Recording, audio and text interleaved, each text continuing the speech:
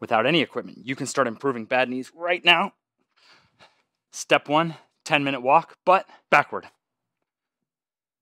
And if you use a treadmill, make sure it's not turned on. Then 25 tibialis raises. This does not directly strengthen the knee. It strengthens this muscle that goes from below the knee to the inside of the foot. That gets weaker when we stop slamming force into the knee. So bolstering it gives us a better chance to heal and return to activities without being as vulnerable. Finish your 10 minutes, your 25 reps. You just put money in the bank for areas that may have been decaying for years. And you improve your chances of regaining pain-free positions and eventually range of motion. So that Zero program helped thousands of us get back to the activities we love. Then, through further gathering of data, I've established standards such as 20% of your body weight for 15 strict reps. That's not perfect. It's a guide where no guide existed. So for me, it's really simple. Same me without a route, surgeries, painkiller addiction, icing my knees 4 times just to get through the day and having to give up my sport. Same me after not having to do anything for treatment. 10 years without a setback, achieved my lifelong dream of dunking. And when I play basketball, it feels like I'm dreaming because it feels so good. So I get overly enthusiastic, but you don't even need any equipment. It can help long-term. I make this stuff in America. I try to make it as affordable as possible. The goal of all of it is really simple. If you're not experiencing life as you hope for, I hope you get to experience that joy again. For this next part, I ask that you keep it between you and I here on YouTube, where we're really in the educational mode and not post it on social media where it can be taken out of context. This offseason, I was training Bryce Harper, and the time I was training him, something really stuck with me. Every single rep of any exercise, he was chasing the perfect rep. The amount of mental strength it takes to do that on every single rep, every workout in an off season, I've never seen it with any athlete. No offense to anyone I've ever trained. This is one of the richest guys ever in sports. What reason does he even have to be trying to get better? Well, this is how he trained. And the only reason I'm even willing to post this is because he posted on his Instagram of him doing an ATG split squat with chasing the perfect rep. So why would I not want to be posting this on Instagram? Because my decisions come down to 12-year-old me. 12-year-old me often bought programs because of an athlete advertising, even though that's not what made the athlete. So you'll never see this data on any of my Instagram posts or anything like that. But I figured 12-year-old me, if 12-year-old me was digging in deep enough to be studying YouTube videos and actually wanting to learn, I would want 12-year-old me to have this lesson. 12-year-old me would want to know how the best in the world thinks about every single rep. And this applies heavily to the difference between zero and a standard and these type of unique exercises. So let's take the goal of zero, super simple, with any amount of lifting your own heel, and you could keep it down. But whatever you have to, you're trying to get the hamstring to cover the calf without the back knee touching the floor. So we're engaged strong in this position, stretching through the back hip flexors, strengthening here with no pain. That's the goal, really simple goal of zero. Now the standard is 25% of body weight each hand. And again, you can use heel elevation. This is where something like a rubber wedge can become useful to just keep the stability. 8 reps here. Now, I alternate weeks working on keeping the heel down. So you would elevate the front foot if you couldn't do it flat.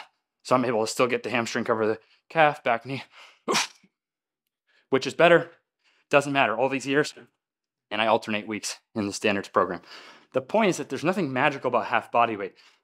That's the amount I've seen be really life-changing. So it can be life-changing just to be able to do your body weight. That was life-changing for me. If I only had that, I'd still be grateful. But to now, I wasn't expecting to be able to dunk, and not just to be able to dunk, but even compared to other pro basketball players I played, I can get into deeper positions. I can go harder without my knees ever breaking down. It was my greatest weakness. Now it's my most unique strength compared to other basketball players, is how bulletproof my knees are. So a standard can be really life-changing. Going beyond standard, that's where I think you start to get some more risk versus the reward. I think it's really going to come down to what your goals are. This is where coaching comes in. We use a checklist depending on speed, jump, vertical jump, horizontal jump, kick, throw. I don't think anyone should be trying to push beyond all the different standards unless maybe super genetic freak like MMA where you need everything. But again, really think you should be getting into having a coach at that point if you're trying to go beyond standard. For me, for the entire next year, 2023, I am just chasing the perfect rep on every standard across the board. So if 8 reps get easy, maybe I'll do 8 reps. I'm not going to increase the loads beyond the standards next year. I'm going Bryce Harper mentality, and I think that alone will guarantee me a really successful training year. So this was something that was meaningful to me, and I was trying to think how to get this across. So hopefully that helps. And now I want to dive into one other area to look at the difference between zero and standard. Now I want to break down everything I know about this tibialis raise. For most people, you're going to start doing it. You're going to start feeling it burn. You might get to where you can't get your toes all the way up. You just back up a little bit closer. You could take a breath. You can get your way to 25. It should be a really good burn. Now, for some people, there's going to be some heel pain. Don't try it barefoot. I recommend wearing shoes so there's something to grip and kind of support. But you could probably alternate sides, flexing up and reduce some of that pressure. And at super advanced levels, you can go all the way on one leg. So I actually, to this day, I alternate 2 weeks of standards program, in which case for the tibialis, I'm using the bar. I'm pushing. I know exactly how many reps, exactly how much weight. And then I go a week of zero. I do the advanced version. So that one, I'm actually in the zone trying to do this on one leg, but for much lower reps. The high 25 reppers, it's kind of like learning how to do a push-up. You get good at it before you start adding a bunch of weight to it or something. Additionally, equipment doesn't just mean more advanced. Like something like this, you can start with 1 pound, 2 pounds. You can regress below the level of strength that someone even needs to try to do the wall version. So I think for physical therapy, this is a breakthrough item. This was conceived of decades ago by Bob Gaida, who was a natural bodybuilding champion and went on to become a miracle worker at helping pro athletes stay in the game. And it didn't get sexy enough. He wasn't a savvy enough business guy. It fell out of style, but I gravitated to this concept. I needed something to get stronger here because even once I could do a 2-footed basketball dunk, I couldn't do a 1-foot dunk. It caused me too much shin pain. And yes, training the calf helped, but training this missing side really locked it in. Just think how weak my knees and what's below must have been if I reached age 20 having never grabbed the rim. Literally, I don't know if he could touch the rim with his fingertips with no basketball or anything else. So now even if I jack up what's above the knee, this would be deviating from the body's natural design. So I'm not trying to overhype this up. I'm trying to make sure that this is known and educated on because it can really be life-changing for someone. So the credit all goes to Bob. I was using floss bands to attach dumbbells and stuff. It just wasn't user-friendly enough. Then big credit to home gym guy in Australia who was working on making equipment, reached out to me, said, what needs to exist that doesn't? And he then brought back the Tib bar. Now, tons of people are making it. Rogue Fitness is making it, which is amazing. But at this point, with everyone making it and me knowing I can bring my members lower prices and on certain types of equipment, I want to have things my own way. So I have my own equipment company now, 20% off everything for members. And this is my first for sale Tib bar. And I think I'm very deserving to sell this since I brought this back. If Bob was selling it, if Bob was even still around, I would find out what he wants to do. I thought about what to do with this, but now with everyone else doing it. So I wish he had his own and I could just market his.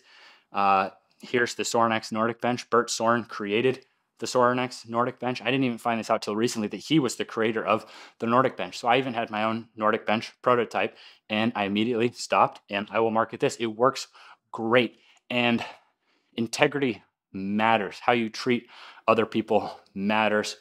Not that there won't be differences of opinion.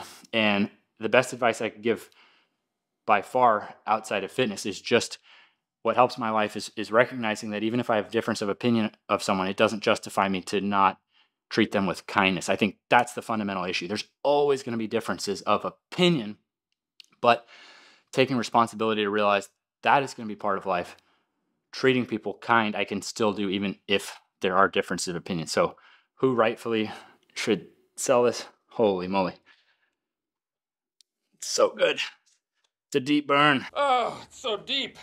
So this is what I know about the tibialis raise, and whenever I do a breakdown on it, it feels good to be able to shed light on the past to Bob Gaida, who is an absolute genius and is the reason that this existed. So thanks, Bob, and thanks to every ATG member out there who made it possible for me to be in my garage, making videos, making the ATG system. There's no words for what it's meant to my family and I, and our staff is all members who then, as we grew and I needed people, wanted to be helping others do the same. So it's a family that I'm so grateful for that I never imagined could exist. And I tried to pack as much value as I could in this video because it's Thanksgiving week and I was really just studying and looking, what am I grateful for? What is my duty? If this was my last video, what would I put in it? And that's what I got. And actually, a funny thing before I finish, what ATG means for me, I think is summed up well today, because I'm going to show you from my phone how many times I did the knee to the pool thing. It would be like either the right knee would hit or the left knee would hit, or I'd mess up the line or something. 20 times one knee hit but not the other. I didn't realize how that would be right at my limit. When I finally got the line right, watch, I'm going to play this like in real time. Without any equipment, you can start improving bad knees right now. Step 1. So I completely froze because I was so stunned. I was like, did both knees finally hit? But the point is that I can do that and then go do a split squat demonstration. And the whole time I'm doing that, I'm just trying to get it, not getting a knee problem from it. So that's what ATG means for me, is just that I can be in the game of life. It's not about who wins or who loses. It's about me and helping others be able to just be in the game. That's the fun part. It was actually so fun for me, failing and almost getting it, and just being able to be in the game of life. So it really reminded me that is the purpose of ATG. It's not about helping someone beat someone else in a game or anything like that. So that's how I'm going to finish it out. Thanks to every single person who watched. Happy Thanksgiving or whatever you celebrate. Happy holidays. I don't even really do. All right, we'll just let this end. I don't really do holiday. I'm more like a, try to treat your family that way every day. Tell your mom you love her every day. I'm just going to shut up at this point. It's getting too much out of the training zone. But seriously, give thanks, show gratitude, maybe take an extra moment to really let those know who you're grateful for. See ya.